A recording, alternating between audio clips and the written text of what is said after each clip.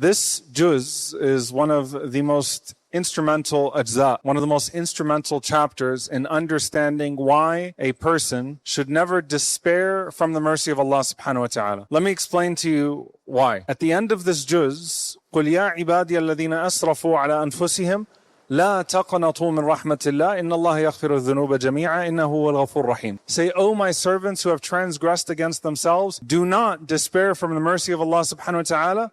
Verily Allah forgives all sins. Verily He is Al-Ghafur Rahim, the all-forgiving, the especially merciful. And that word qunut, I just want you to think about the various examples of people who show you why you should never despair from the mercy of Allah subhanahu wa ta'ala in the stories that we are hearing right now. Now, we have not yet gotten to Surah Al-Zumar yet in the recitation tonight. Those of you that attended the tahajjud last night, we had a beautiful recitation of these verses in Surah Al-Zumar. Arja ayah fi kitabillah, as many of the companions said, the most hopeful verse in the book of Allah subhanahu wa ta'ala. And I want to highlight it with a question. How can you despair from a Lord who sends you Laylatul Qadr? How can you despair from a Lord who sends you Laylatul Qadr? What do I mean by that? The word here, la taqnatu. SubhanAllah, I'm trying to speak over the rain. May Allah Azza wa Jal allow His mercy to descend upon us. Allahumma ameen. The word here, la taqnatu, qunut. There's a very famous hadith from Abu Razin, radiyallahu ta'ala anhu, where the Prophet sallallahu alaihi wasallam said, ضَحِكَ رَبُّنَا مِنْ قُنُوتِ عِبَادِهِ. Our Lord laughed at the despair of His servant when his help was so near. The help of Allah subhanahu wa ta'ala is so near to him, and he gets to that point of despair. And Abu Razin says, Ya Rasulullah, does our Lord laugh? And the Prophet ﷺ said, yes. And he responded and said, how can a person despair of a Lord who laughs? How can a person despair of a Lord who laughs? And so I want us to add to that, how can a person despair of a Lord who gives us Laylatul Qadr?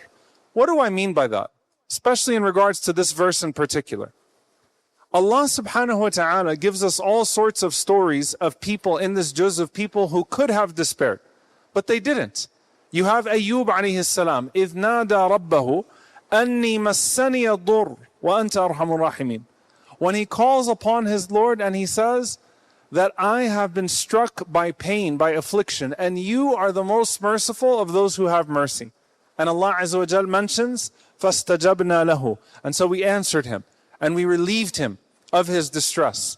Imagine Ayyub alayhi salam, 18 years of pain and suffering, and he did not despair of the mercy of his Lord. He still called upon his Lord and he said, you are the most merciful of those who show mercy. So you have Ayyub alayhi salam at the breaking point, just at the point of despair, and Allah subhanahu wa ta'ala descends His mercy upon him. You have the man in Surah Yasin that we read about, who was beaten to death by his people. And as he sees the mercy of his Lord, what does he say? يَا لَيْتَ قَوْمِي يَعْلَمُونَ بِمَا غَفَرَ لِي رَبِّي وَجَعَلَنِي مِنَ الْمُكْرَمِينَ. And this is a rich tafsir, by the way. When this man who was calling people to the mercy of Allah subhanahu wa ta'ala, calling people to the forgiveness of Allah subhanahu wa ta'ala, was beaten to death, and he finally saw, he entered into Jannah, and he saw what he was calling the people to.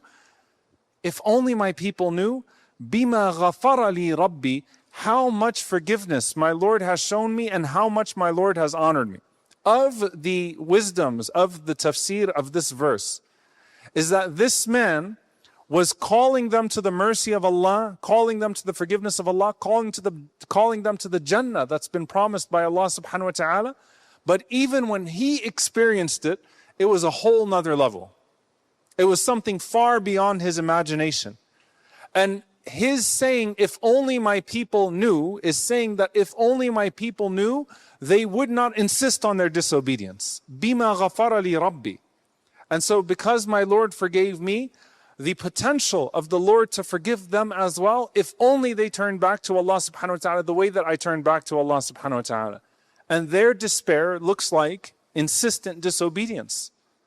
But are they not going to see that they have a Lord from whom they should never despair? Some of the ulama even mention that despair could have sunk into Suleiman alayhi salam. But it's a different type of despair. And you're thinking to yourself, like, what hardship does Suleiman alayhi salam have? Suleiman alayhi salam could have looked at everything that Allah Azza wa Jal already gave to him and thought, I have enough mercy from Allah subhanahu wa ta'ala. I have enough fadl from Allah subhanahu wa ta'ala, enough of the bounty of Allah Azza wa Jal. But he still did not despair from calling upon a Lord of grace who gives more. And in the same juz, قَالَ رَبِّ اغْفِرْ لِي, first and foremost, my Lord, forgive me. وَهَبْ لِي مُلْكًا لَا يَنْبَغِي لِأَحَدٍ مِّن بَعْدِي, and give me a kingdom that you will not give to anyone else. He didn't say, I have enough, I'm too shy to ask Allah. Because who could despair of asking Allah for more when Sulaiman alayhi salam asked Allah for a kingdom that no one would ever have, and Allah gave it to him because Sulaiman alayhi salam would use it for his sake. So the message is very simple. You go back to that ayah, لا تقنطوا من رحمة الله, and the Prophet ﷺ saying, ضحك ربنا من قنوت عباده. Do not despair of the mercy of Allah. And the Prophet ﷺ saying that Allah laughed at the one who despaired from his mercy. That's a sign that my khatir is over, right? We just introduced this into Value Ranch. So we used to have the red light, now we have a beep. Time is up. Don't despair from the Lord, who loves your repentance so much that He incentivizes it with a reward and a bounty that your imagination could not even comprehend.